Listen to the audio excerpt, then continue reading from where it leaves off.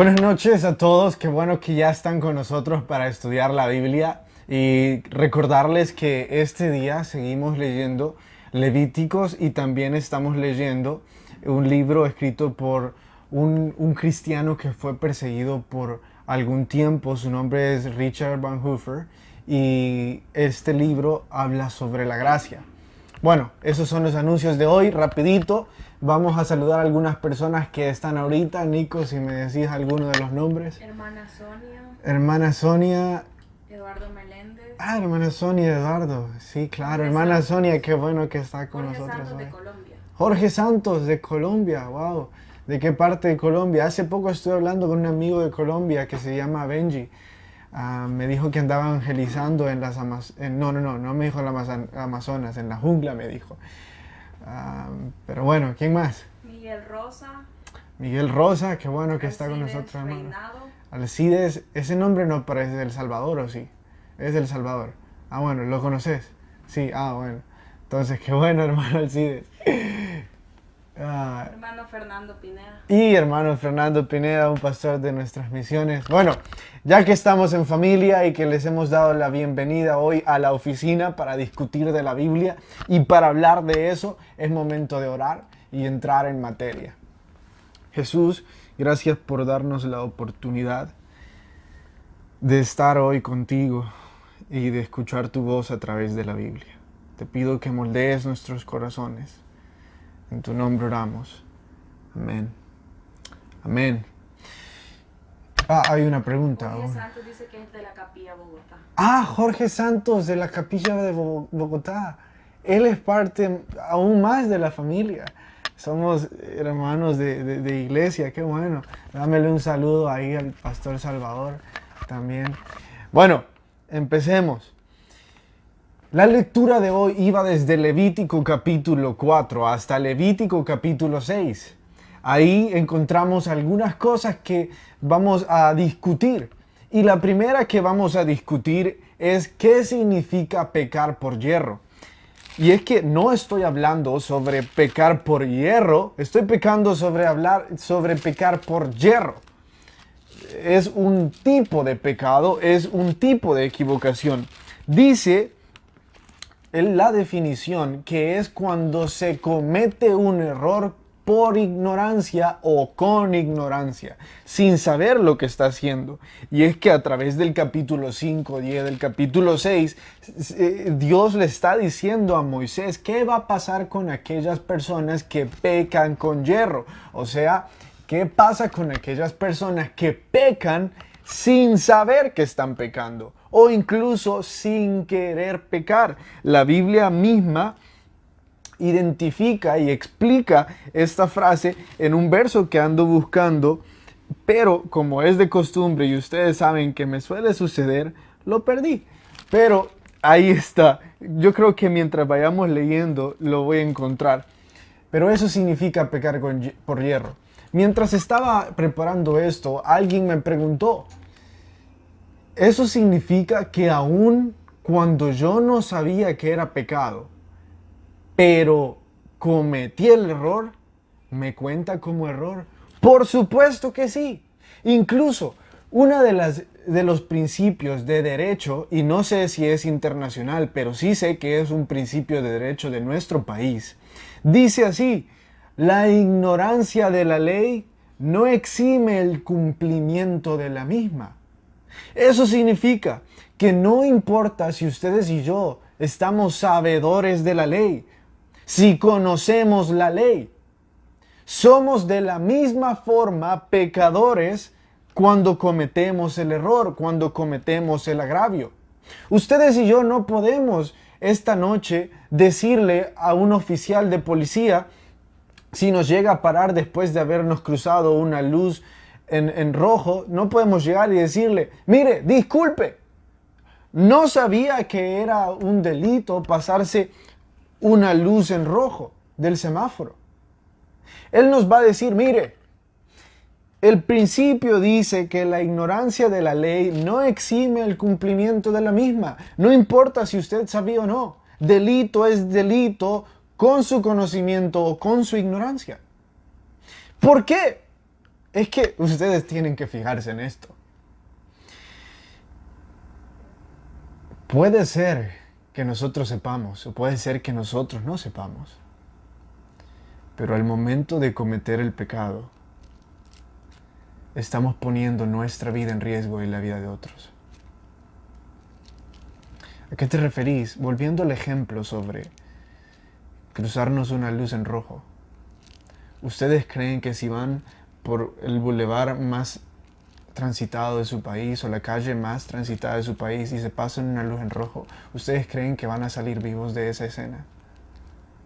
¿O que no van a lastimar a nadie en medio de esa escena? Por supuesto que lo vamos a hacer. Con nuestro conocimiento o sin nuestro conocimiento, hicimos el daño. Lo hicimos a otras personas, nos lo hicimos a nosotros mismos y especialmente lo hicimos delante de Dios. Y entonces, ¿qué debo hacer? Yo no quiero pecar por hierro, yo no quiero pecar con ignorancia. ¿Cómo hago entonces? Es bastante sencillo. La Biblia narra exactamente todo lo que para Dios es un pecado. Entonces significa que todos aquellos que pequemos con ignorancia es porque no leemos la Biblia. Y ahora quiero desafiarles y quiero preguntarles, ¿qué es lo que ustedes son? ¿Son ignorantes o son estudiantes? Porque un ignorante es aquel que no conoce la ley y le importa un comino conocerla. Pero un estudiante es aquel que puede ser que no conozca toda la ley, pero se está esforzando por conocerla. Puede ser que está empezando, pero lo está haciendo.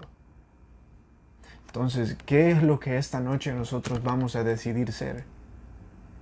¿Ignorantes o estudiantes? Otra de las cosas que vemos en estos capítulos es que, y está en la pregunta número 2, es que se rocía sangre con el dedo 7 veces, o algunas veces sobre el altar, otras veces sobre el velo del lugar santísimo, otras veces sobre la ofrenda, otras veces sobre los sacerdotes. Incluso más adelante en el Levítico vamos a ver que se rocía sangre sobre el arca del pacto. ¿Por qué?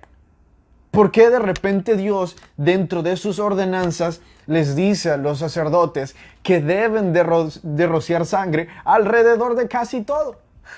Bueno, les voy a explicar. Y déjenme hacerlo con una de estas. Vamos a centrarnos, no sé si lo vamos a ver después, creo que lo vamos a ver después, pero no sé si vamos a tener el tiempo. Nos vamos a centrar en el arca del pacto. Se nos va a hacer más fácil entenderlo con el arca del pacto. Allí estaban, recordemos, en el arca del pacto estaban las tablas de la ley, estaba la vara de Aarón que reverdeció, estaba el maná caído del cielo y alguna otra cosa que quizás se me olvide, pero esas 3 siempre las voy a recordar. A lo mejor solo son esas 3, pero quedémonos con esas. Una de ellas es la que nos compete. Entonces, habían 2 ángeles cuidando el arca del pacto, mirando hacia ahí. Y adentro teníamos las tablas de la ley. Y otra de las ordenanzas decía que también sobre el arca del pacto teníamos que rociar sangre. O tenían los sacerdotes que rociar sangre. ¿Por qué? Bueno, ¿qué es lo que nos hace pecadores a nosotros? El conocimiento de la ley. La ley. Eso significa que cuando el sacerdote iba y rociaba sangre sobre el arca del pacto, ¿qué estaba haciendo? Estaba cubriendo con sangre la ley. ¿Y qué es lo que nos hace pecadores, dijimos? La ley. Entonces significaba que estaba cubriendo con sangre aquello que nos hace pecadores. De la misma forma con el velo del lugar santísimo. El velo del lugar santísimo era lo que nos alejaba, lo que nos dividía de entrar a la presencia de Dios. Y cada vez que se rociaba sangre, era cubierto el velo, era cubierta la división por la sangre. Era un símbolo de lo que un día iba a suceder. Y lo que un día iba a suceder era que Jesús con su sangre iba a cubrir no un velo, no un arca, no un altar de holocaustos, no un atrio, iba a cubrir nuestros corazones, nuestra vida, nuestra alma. Y ya no Dios iba a ver nuestros pecados, ya Dios no iba a ver a Carlos pecador, iba a ver la sangre de Jesucristo derramada en mi vida, en mi corazón, en mi alma. La sangre que me hace limpio delante de Dios. Es esa la razón por la cual se rociaba, porque era un símbolo de algo que iba a suceder.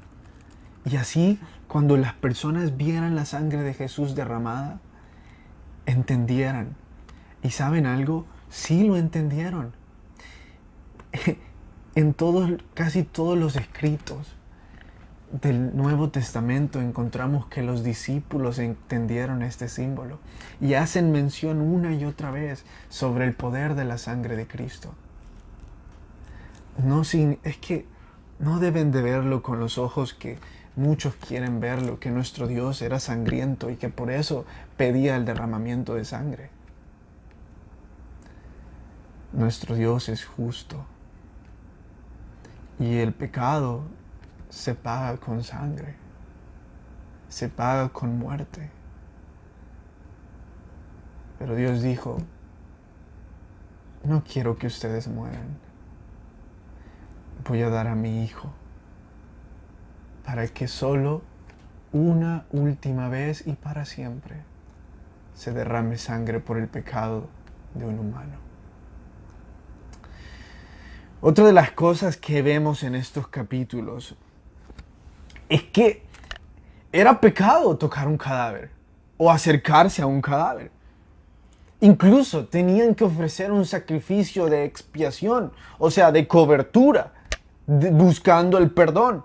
Y ahora ustedes me preguntarán, ¿pero qué tiene de malo tocar un cadáver? Bueno, no se trata solo de un cadáver. Dice el verso 2 del capítulo 5 de Levíticos, asimismo la persona que hubiere tocado cualquier cosa inmunda, sea cadáver de bestia inmunda, o cadáver de animal inmundo, o cadáver de reptil.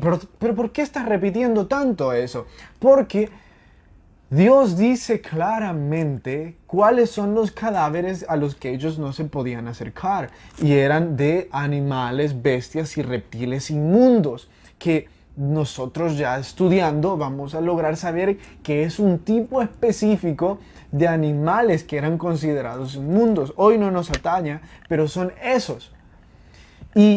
¿Y por qué? ¿Acaso es algo tan místico? Otra vez la religión diciéndole pecado a todo. Oye, ni siquiera nos podemos acercar a animales muertos porque dice la religión que es pecado. Ahí va Dios prohibiendo cosas.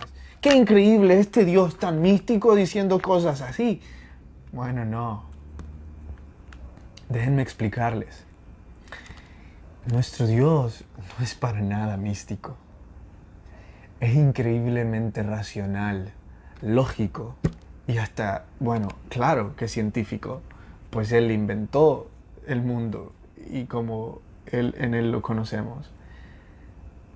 Entonces Dios sabía todas las enfermedades que habitan en los animales muertos, especialmente en los animales carroñeros, como las ratas, como los buitres, como las hienas, animales que comen carroña, que comen basura.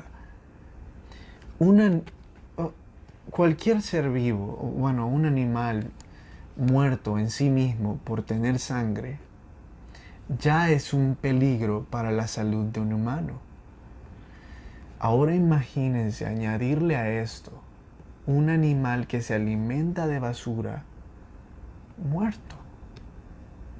La cantidad de enfermedades que hay en un cadáver.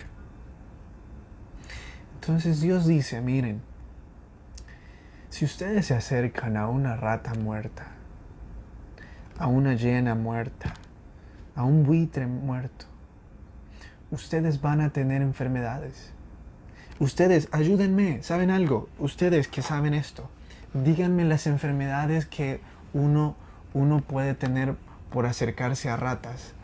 Solo escríbanlas ahí, las enfermedades que uno puede tener por acercarse a ratas. Ahora súmenle una rata muerta.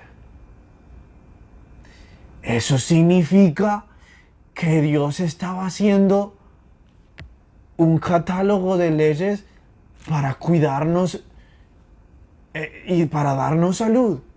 Eso significa que la ley no se trata sobre limitarnos, sino de cuidarnos. Por supuesto.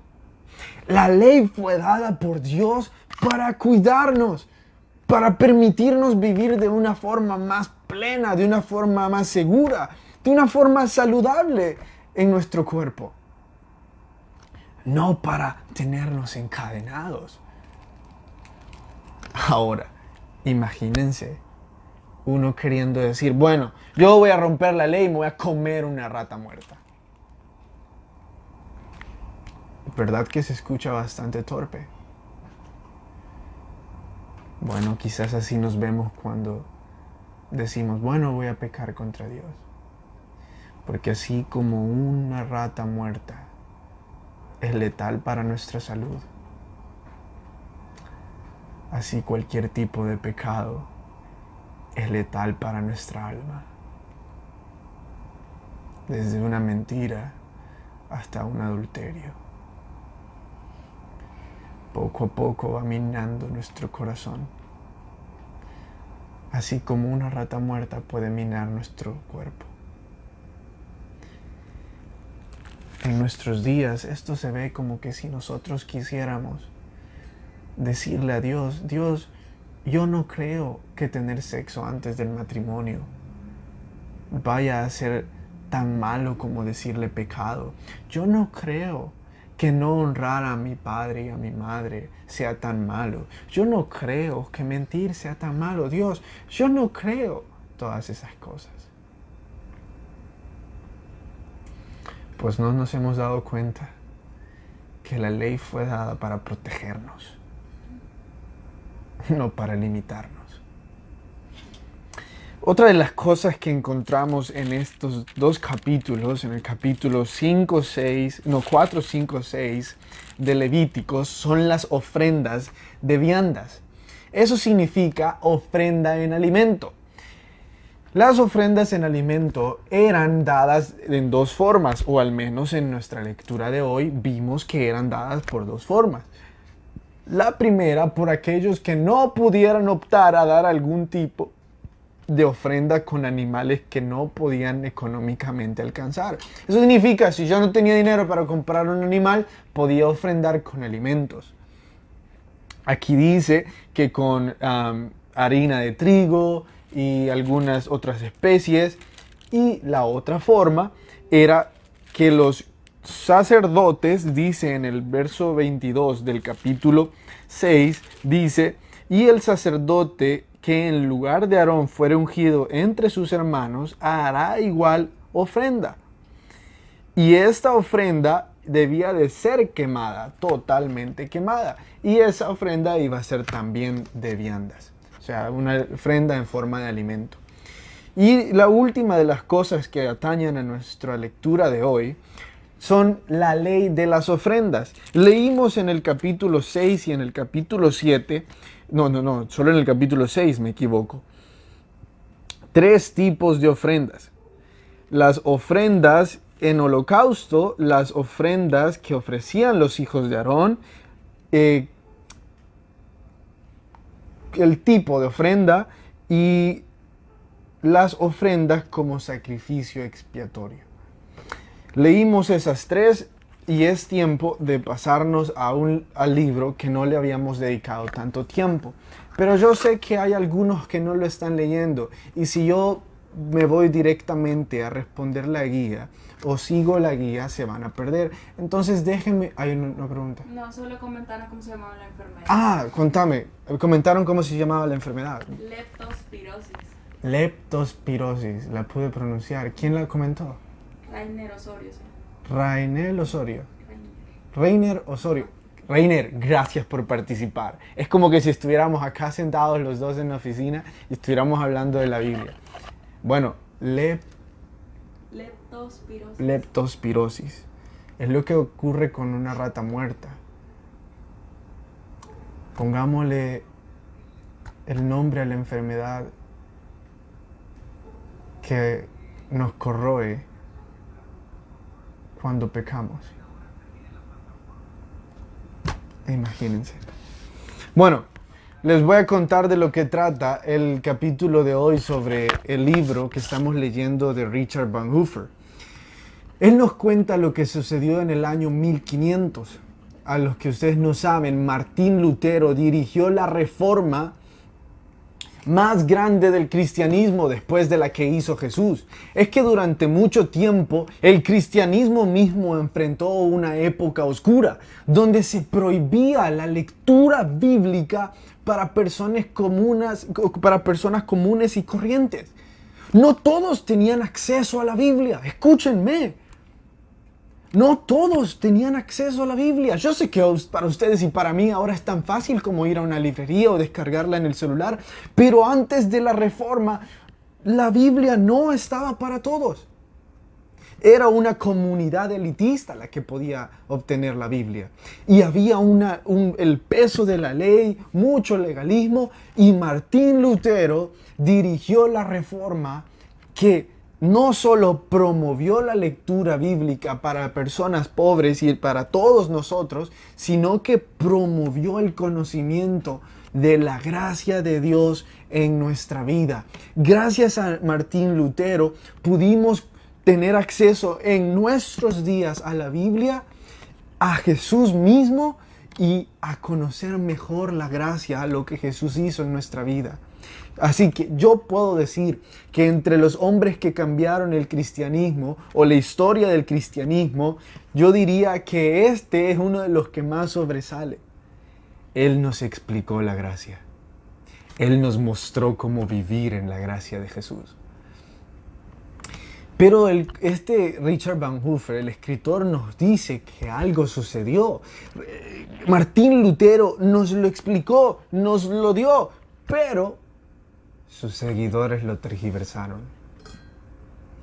Martín Lutero nos enseñó, la gracia justifica al pecador. Pero después de Martín Lutero, un grupo de personas empezó a decir, la gracia también justifica el pecado y el mundo. ¿Cuál es la diferencia de que la gracia justifique al pecador y que justifique al pecado? Bueno, es que la justificación del pecador es cuando se hace a una persona culpable, inocente, porque se le imputa la condena a alguien más. Entonces, Jesús dice, yo voy a hacer inocente a Carlos porque me voy a poner en su lugar. Esa es la predicación, esa es la gracia. Jesús justificándonos. Pero la gracia barata dice, no, Jesús murió para justificar el pecado y el mundo. O sea, hacer bueno lo malo. Decir, no, está bien pecar, está bien vivir como el mundo. Total, Jesús murió por nosotros.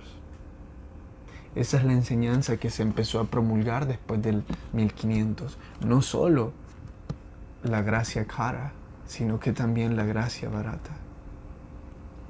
Entonces entendamos lo que Richard Bonhoeffer nos enseñó.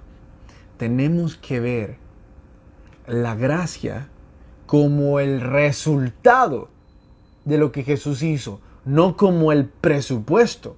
Déjenme darles la diferencia de la gracia como resultado y la gracia como presupuesto. Cuando nosotros empezamos a ver la gracia como el presupuesto, la ocupamos como la excusa para pecar y seguir pecando, sabiendo que podemos ir a nuestro presupuesto, podemos ir a nuestra cuenta de ahorros, sacar un poco de gracia y ponerla para que cubra nuestro pecado. Entonces tenemos una fuente grande e ilimitada de oportunidad para pecar. Esa es la gracia como presupuesto, Carlos, pero eso se escucha bastante similar a lo que muchos predicadores dicen. Bueno, yo les dije, después de la Reforma, también vinieron herejías como la que yo estoy diciendo ahora. Y entonces, ¿qué es la gracia como resultado? La gracia como resultado es lo que pone punto y final en nuestra vida. Es cuando Jesús dice, yo hice esto, puse punto y final. Ahora, la gracia ha sido el resultado, tu vida nueva es el resultado de lo que yo hice. Por ende, a partir de ahora en adelante, tu vida debe lucir diferente. Vamos a ser diferentes. Si esto nos está costando un poco más, voy a dar ejemplos prácticos de cómo se ve tomar la gracia barata, o sea, la gracia como presupuesto, o sea, la herejía. Piensen esto. Si la gracia no puso fin a algo en mi vida, significa que la gracia no vino a cambiar nada en mi vida. Sigo viviendo de la misma forma que vivía antes. Por lo tanto, puedo seguir pecando como pecaba antes. Significa que ahora digo que yo, por amor a la gracia, no me siento condenado de comportarme como el mundo, de vestirme como el mundo, de ser como el mundo, de hacer lo que el mundo hace, porque por gracia sois salvos. Entonces, como soy salvo por gracia, no tengo por qué realmente cambiar nada en mi vida. Puedo seguir viviendo de la misma forma.